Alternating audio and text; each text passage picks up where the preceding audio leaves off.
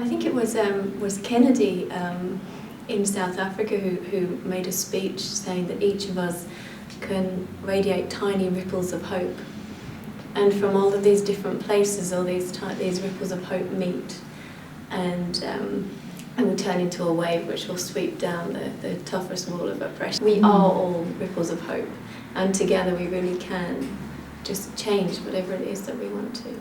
If there are any things that you would want to say to people? When thinking about the Great Turning, we really have to think about what it is that we can do in our own lives to create the turning and the transition in the way that we are, in the way that we be in ourselves. When I was in England, I took a master's degree in international conflict analysis, and to be quite honest, I had no idea why I was taking it until the date of my final exam, which was September the 11th, 2001, and the exam title was Conflict Resolution in World Politics. From that point, an enormous light bulb came on in my mind, and I watched the television, obviously, to see all the events that were happening in New York and in Washington. And from that, on British media, we saw how the reports of why did this happen, let's look at international policy, let's look at interventionism, let's look at CIA activity, etc.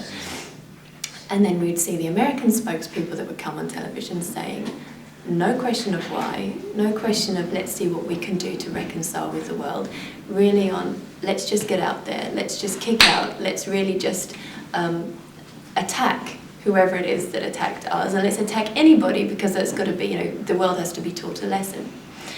Very sadly, this is the direction that the politics in this country have led the rest of the world. So now when you travel everywhere, we have the rhetoric of the war on terror.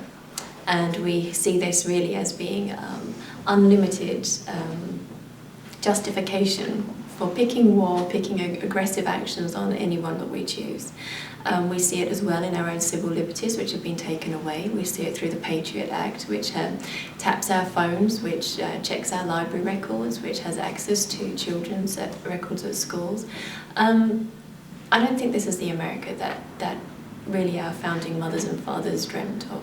And I certainly don't believe it's an America which really upholds the values of liberty and freedom and justice for all.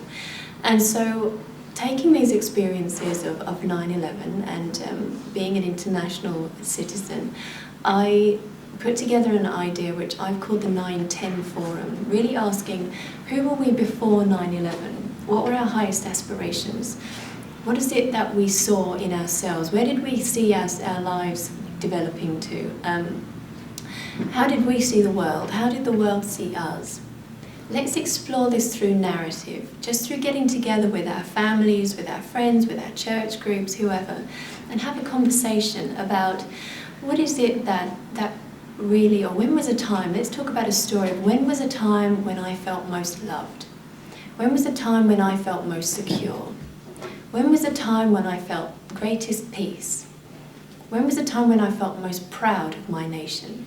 And let's really celebrate the greatness of these moments and the greatness of the narratives that we can express.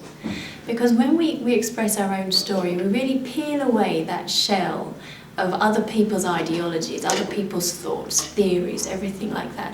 And we can get to the truth of our own experience.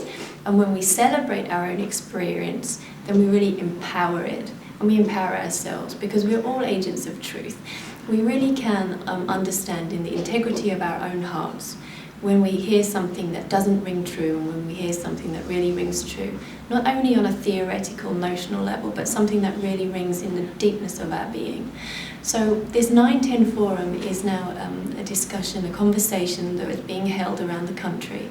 And I'd really like to invite people to join us to really think about bringing these lofty ideals that we might see of peace, where everybody wants to work for world peace, great, but what does that really mean?